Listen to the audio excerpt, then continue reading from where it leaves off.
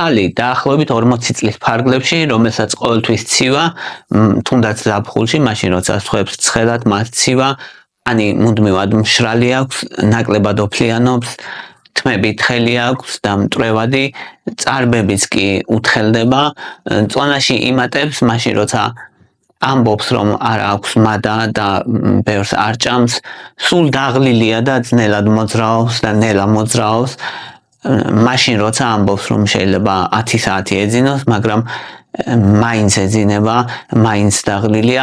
Აი ეს არის კლასიკური სახე ჰიპოთირეოზის. ჰიპოთირეოზი არის დაავადება ფარისებრი ჯირკვლის. ფარისებრი ჯირკვალი არის პატარა ორგანო, რომელიც ჩვენს ყელში მდებარეობს, წინა მხარეს და პეპლის ფორმა აქვს და გამოყოფს ჰორმონებს და ეს ჰორმონები არის პატარა მოლეკულები, პატარა რაღაცები, რო წარმოიდგინოთ, რომელიც მოგზაურობს სისხლით მთელს ორგანიზმში და სხვადასხვა უჯრედებში შედის და ამ უჯრედებს ეუბნება დაახლოებით როგორც მენეჯერი ქვეშევრდომებს, რომ მიდით იმუშავეთ უფრო ჩქარა, უფრო ბევრი, უფრო აქტიურად. Აი ესეთ ფუნქცია აქვს ფარისებრ ჯირკვალს, გამოიმუშავებს ჰორმონებს, რომელიც აქტიურებს ყველა უჯრედს და აქტიურებს უჯრედების ფუნქციას. Აი ამას მეტაბოლიზმი ქვია, ანუ მეტაბოლიზმს აჩქარებს. აქ იქნება კითხვა, რომ თუ ყველა ადამიანს, ვისაც ჰიპოთირეოზი აქვს, ეს სიმპტომები ექნება, თუ არის შემთხვევები, როცა სიმპტომები არ აქვს ადამიანს. უმეტეს შემთხვევაში 90%-ზე მეტ შემთხვევაში ადამიანს, რომელსაც ჰიპოთირეოზი აქვს სიმპტომები და ეს სიმპტომებია სიცივის აუტანლობა, ეს მშრალი კანი, თმების შეთხელება, ნელამოძრაობა, მუდმივი დაღლილობა. ზოგ შემთხვევაში შესაძლებელია, რომ ადამიანს ჰქონდეს ჰიპოთირეოზი, იშვიათად ძალიან მსუბუქად გამოხატული და სიმპტომები არ ჰქონდეს. ამას სუბკლინიკურ ჰიპოთირეოზს ეძახიან, მაგრამ თუ კი არის მნიშვნელოვანი ჰიპოთირეოზი, სიმპტომებიც მუდმივად არის. ასევე მნიშვნელოვანი სიმპტომებია თვალების გარშემო შეშუპება და საერთოდ ზოგადად სახის შეშუპება. ტემპერატურა, უფრო დაბალი ტემპერატურა აქვს ვიდრე სხვა ადამიანებს, პულსი უფრო შენელებული აქვს ვიდრე სხვა ადამიანებს. ანუ ჯამურად ადამიანს მეტაბოლიზმი, ანუ სიცოცხლის თვისებები და მოქმედება მუდმივად შენელებული აქვს. ეს არის ჰიპოთირეოზის მთავარი მახასიათებელი. ახლა ვის ემართება ჰიპოთირეოზი, რატო ემართებათ და რა არის რისკ ფაქტორები? ემართებათ ქალებს ემართებათ 6 ჯერ უფრო ხშირად. ემართებათ კაცებსაც, მაგრამ 6 ჯერ უფრო ნაკლებად. ძირითადად ქალების დაავადება, ძირითადად 30 წელს ზევით და რაც უფრო დრო გადის, მით მეტად მატულობს ჰიპოთიროიდიზმის განვითარების რისკი ქალებში. მაგალითად 30 წლის ასაკში შეიძლება დაახლოებით 5% ჰქონდეს ქალებისას, 35 წლის ასაკში 8%, 50 წლის ასაკში უკვე ყოველ მეხუთეს და რაც ასაკი ემატება ადამიანს, მით მეტად იზრდება რისკი. და რატო ხდება ეს, რატომ ემართებათ ადამიანებს? ასეთი რამეა, რომ ჩვენ იმუნური სისტემა გვაქვს ჩვენს ორგანიზმში და იმუნური სისტემა ზოგჯერ შემთხვევით თავს ესხმის ფარისებრ ჯირკვალს. თავს ესხმის ნიშნავს, რომ გამოიმუშავებს ანტისხეულებს ფარისებრი ჯირკვლის წინააღმდეგ. ანტისხეულებიც წარმოიდგინეთ პატარა მოლეკულები, რომელიც პირდაპირ ურტყავენ, როგორც ის არის, რომ ისროლო და ესროლო, ან მეორეს მხრივ კიდე რომ შეღებო ის სახლები, რომელიც სახლებიც უნდა დაცხრილონ ღამე. დაახლოებით ეგეთ რაღაცას აკეთებს ანტისხეულები, მონიშნავს იმ უჯრედებს, რომელიც უნდა განადგურდეს და მონიშნავს ფარისებრი ჯირკვლის უჯრედებს. ეს პროცესი, რა თქმა უნდა, არ ხდება ერთ დღეში და ორ დღეში, ნელ-ნელა ვითარდება და ამიტომ ნელ-ნელა უარესდება ადამიანს მდგომარეობა.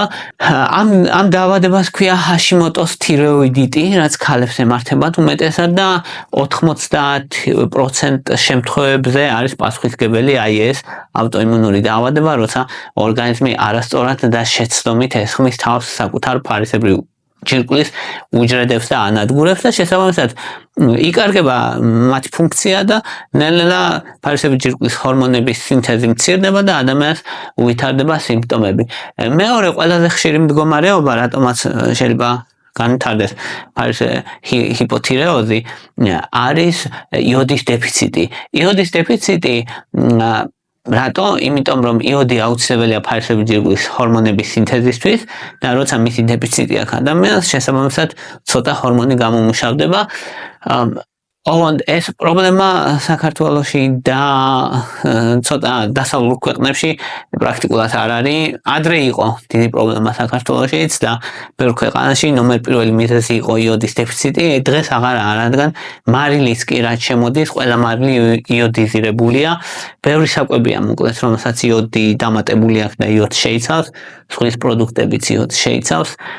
ჯამში ადამიანებს ნაკლებად აქვთ დღეს იოდის დეფიციტი, თუმცა მსოფლიოში მაინც დიდი პრობლემა განუვითარებელ ქვეყნებში განსაკუთრებით იოდის დეფიციტი ჯერ კიდევ მთავარი მიზეზია ფარისებრი ჯირკვლის ფუნქციის შემცირების. მესამე მიზეზი შეიძლება იყოს ორსულობა. ორსულობაში რა ხდება ახლა? ორსულობაში აი ჰორმონების გავლენით და ძალიან მნიშვნელოვანი ცვლა ხდება ჰორმონების მაგ დროს. ამან შეიძლება გამოიწვიოს აქტივაცია იმუნური სისტემის, მოკლედ და დააზიანოს ფარისებრი ჯირკვალი, აი ავტოიმუნურად. ოღონდ შეიძლება ეს დროებით მოხდეს, მოკლედ რაღაც დროის დააზიანოს. მერე დაზიანებული ფარისებრი ჯირკვალი ერთგვარად გამოიმუშავებს დიდი რაოდენობით, გამოყოფს დიდი რაოდენობით ჰორმონებს ფარისებრი ჯირკვლის, ისე როგორც ბაკი რო გახეთქო მაგალითად და ბევრ წყალს რო გამოასხავს უცებ და მერე დაიცლება, ხო? აი ესე დაახლოებით. და მერე ემართება ჰიპოთირეოზი ქალს. შეიძლება გაგრძელდეს ეს რამდენიმე ხანი, 1 წელი მაგალითად და ნელ-ნელა ისევ აღდგება უჯრედები და ისევ ნორმაში ჩადგება ყველაფერი, ისევ კარგად იქნება ეს ადამიანი. ეს ქალების შემთხვევაში ორსულობის ჰიპოთირეოზი, ორსულობის შემდგომი ჰიპოთირეოზი როცა ვითარდება, ბევრ შემთხვევაში მოკლედ ყველაფერი რეგულირდება ისევ და პრობლემა არა. თუმცა ზოგ შემთხვევაში შეიძლება მუდმივად მოხდეს დაზიანება უჯრედების და ჰიპოთირეოზი განვითარდეს. ეხლა როგორ ვსვავთ დიაგნოზს ჰიპოთირეოზის? პირველი ყველაზე მთავარი რა რომ TSH-ში უნდა იყოს მომატებული 4.5-ზე მეტად ნანოგრამი დეცilitrზე იზომება ხოლმე როგორც წესი და 10-ზე მაღალი თუა ნიშნავს რომ მნიშვნელოვანი მდგომარეობა უკვე 4.5-ზე მაღალი ყურადღებას იქცევ. TSH-ში არის ფარისებრი ჯირკვლის მასტიმულირებელი ჰორმონი, რომელიც ტვინში გამოიყოფა, მოკლედ ჩამოდის მე ტვინიდან ფარისებრი ჯირკვალში და ეუბნება ფარისებრი ჯირკვალს იმუშავეო რა, ანუ ცდილობს რომ დაასტიმულიროს. ფარისებრი ჯირკვალი თუ არ მუშაობს წესიერ ის იმატებს და იმატებს, როგორც აი თუ ეძახი ვიღაცას და არ გაგონებს, შენ ხმას რო უმატებ და ახლობით ეგრე იზრდება TSH-ში. თუ ისევ არ მოусმენს მოკლედ ეს ფარისებრი ჯირკვალი, ის იმატებს და იმატებს რამდენადაც შეუძლია იქამდე. ამის პარალელურად ფარისებრი ჯირკვლის თვითონ ჰორმონი დაწეულია ხოლმე როგორც წესი. ამ ჰორმონს განსაზღვრავენ ყველაზე მთავრად FT4-ს, ან თავისუფალ თიროქსინს განსაზღვრავენ ხოლმე და ეგ როგორც წესი დაკლებულია და აი ასე ისმევა ჰიპოთირეოზის დიაგნოზი. შეიძლება რომ TSH-იც და FT4-იც დაკლებული იყოს. ასეთ შემთხვევაში ეს ნიშნავს რომ ფარისებრი ჯირკვალს არ აუშავს ნორმალურად ამარა ზევითაა საქმე ცუდად, ან თავის ტვინიდან არ მოდის საკმარისი სიგნალი და მაგ დროს უნდა ვეძებოთ ჰიპოთალამუსში მიზეზი. ეგ იშვიათი შემთხვევა, თუმცა შესაძლებელია. 4 ძირითადად 0.8-ზე უფრო ნაკლებია ხოლმე, როცა ფარისებრი ჯირკვლის დაბალი ფუნქციის დიაგნოზი ისმევა და ასევე განსაზღვრავენ ხოლმე ანტი-TPO-ს და ანტი-თიროგლობულინის, ანუ ანტი-TG-ს. ეგენი არის იმუნური ანტისხეულები, მოკლედ ანტისხეულები თიროგლობულინის და TPO-ს მიმართ. ეხა ეგენი რისთვის გამოიყენება? გამოიყენება იმისთვის, რომ მივხვდეთ, რომ ნამდვილად ჰაშიმოტოს თიროიდიტია, რომ იმუნური რეაქციაა ჩართული და მოკლედ ჩვენი ორგანიზმი შემთხვევით და არასწორად ებრძვის ჩვენი უჯრედებს, აი ეგ რო დადგინდეს, რატო ვითარდება ეს მაგისთვის გამოიყენება ხოლმე ეს ანტი-TPO და ანტი-TG-ს განსაზღვრა და რა ხდება იმ შემთხვევაში თუ TSH-ი მომატებულია ცოტა, მაგალითად 4.5-ზე მეტია, მაგრამ FT4 ნორმაშია, ანუ ჰორმონი ნორმაშია, მაგრამ ფარისებრი ჯირკვლის მასტიმულირებელი ჰორმონი მომატებულია. ეგ არის სუბკლინიკური ჰიპოთირეოზი, ანუ ჰიპოთირეოზი მთლად არ არის სრულფასოვნად დამდგარი და ადამიანს შეიძლება არანაირი სიმპტომები არ ქონდეს, იმიტომ რომ მაინც ნორმალურად ფუნქციონირებს. იმ დონეზე ნორმალურად ფუნქციონირებს, რომ თავის საქმეს აკეთებს, მაგრამ იმ დონეზე შესუსტებულია, რომ ამას TSH-ში თუ გრძნობთ და ხვდებით. რატო ვაქცევთ ახლა ყურადღებას მაგას? იმიტომ რომ რაღაც დროის მერე შესაძლებელია რომ განვითარდეს აქედან განვითარდეს ჰიპოთირეოზი.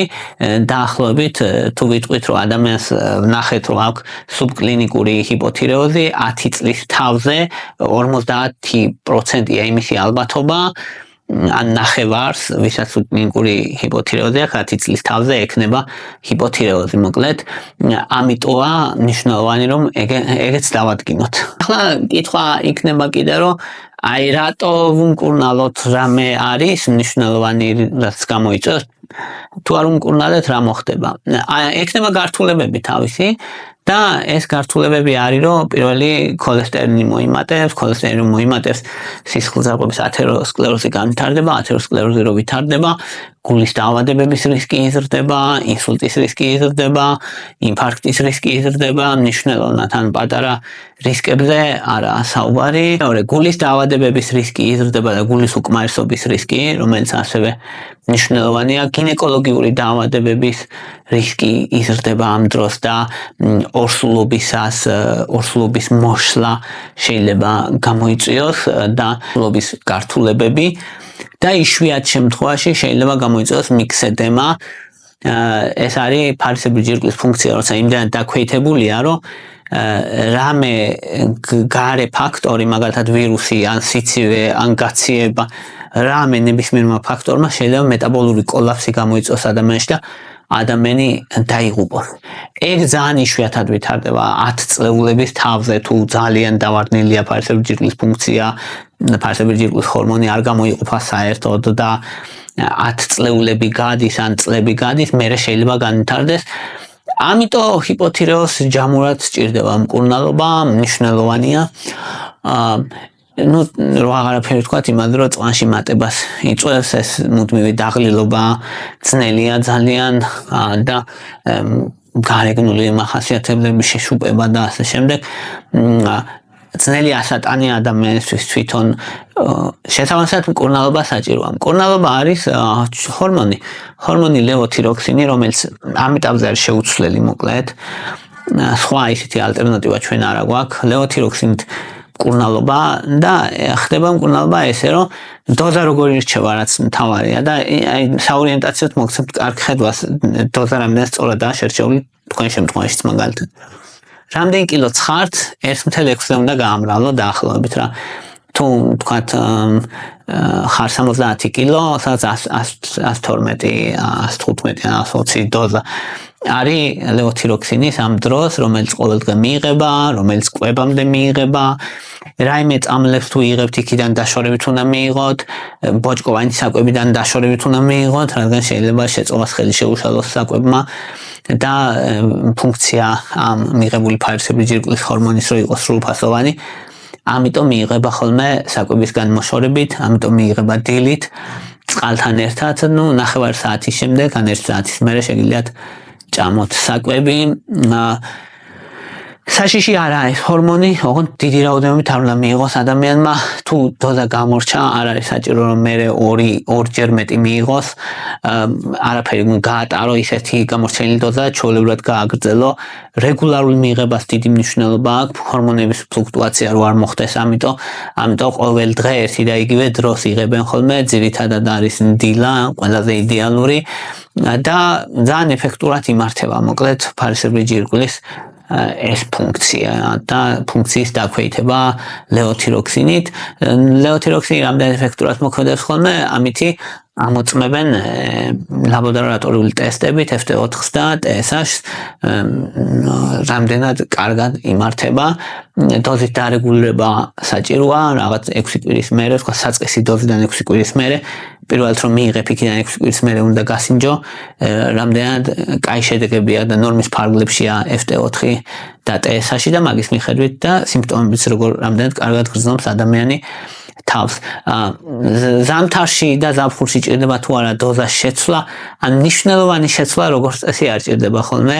ანუ არის მინიმალური ცვლილებები, როცა მეტაბოლიზმი მცირდება, ხან იზრდება, მაგრამ როგორც წესი, რაიმე მნიშვნელოვანი ცვლილება არ არის ხოლმე საჭირო იმისთვის, რომ რეგულარული დოზა თუ TSH-ში ნორმაშია, საკმარისია ხოლმე და განსაკუთრებული ვარიაბელობა საჭირო არ არის. ასევე ორსულობაში ცოტა მეტი ლევოთიროქსინი ჭირდება ხოლმე ქალს, ამ ხრივ საჭიროა დოზის მომატება და რკინა, ანტაციდები, კალციუმი, სხვა პრეპარატებმა შეიძლება ხელი შეუშალოს ლევოთიროქსინის შეწოვას და ამიტომ უნდა დაიცვათ დიაპაზონი, როცა სხვა რაღაცებს ან წამლების მიღებას და ლევოთიროქსინის მიღებას შორის უნდა დაიცვა. ხო, ლევოთიროქსინი სხვა დასახელებებით გამოდის და ელთიროქსინი მაგალითად საქართველოში ძალიან პოპულარულია. და ეგ ერთ-ერთი ლევოთიროქსინია ისიც, ანუ არ აქვს მნიშვნელობა დასახელებას, ამ შემთხვევაში ეგ ბრენდის ამბავია. და კითხვა არის ხოლმე, რომ საკვები რითი შეიძლება შეუწყოთ ხელი მაგალითად ფარისებრი ჯირკვლის ფუნქციონირებას.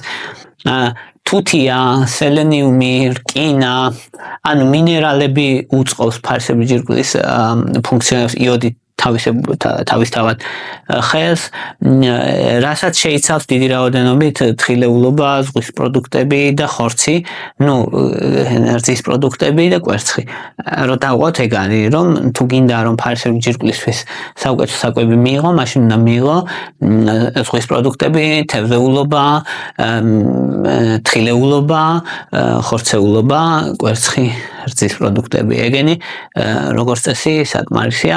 რაიმე განსაკუთრებული სხვა მიდგომა არ ჭირდება. არის სხვა საკვები, რომელსაც გოიტერის გამომწვევ, ჩიყვის გამომწვევ საკვებს ეძახიან, რომელიც ხელს უშლის ფარისებრი ჯირკვალს ფუნქციონირებაში. ეგეთი მცენარეები არის ჯვაროსნები. როგორც წესი, ადამიანების უმეტესობაზე ეგენი არ მოქმედებს, თუმცა ეგეთი საკვები არის ძირითადად ეს ბოსტნეული მცენარეები, რაც კარგად არის დასახელებული ყაბაყი, ბროკოლი, კონბოსტო და ესეთი საკვები მოკლედ. თუმცა რამე მნიშვნელოვან პრობლემას როგორც წესი ეგენი არ ქმნიან და თუ ადამიანი დაბალანსებულად და ჯანსაღად იკვებება, ყველაფერი ნორმაშია. აშვაგანდაზეა კიდე კვლევები, აშვაგანდა საკვები დაამატია, რომელიც ეხმარება ფარისებრი ჯირკვალს ფუნქციონირებაში და მიიჩნევა, რომ მეტნაკლები ეფექტურობა აქვს, თუმცა სასურველია ექიმის რეკომენდაციით მისი მიღება.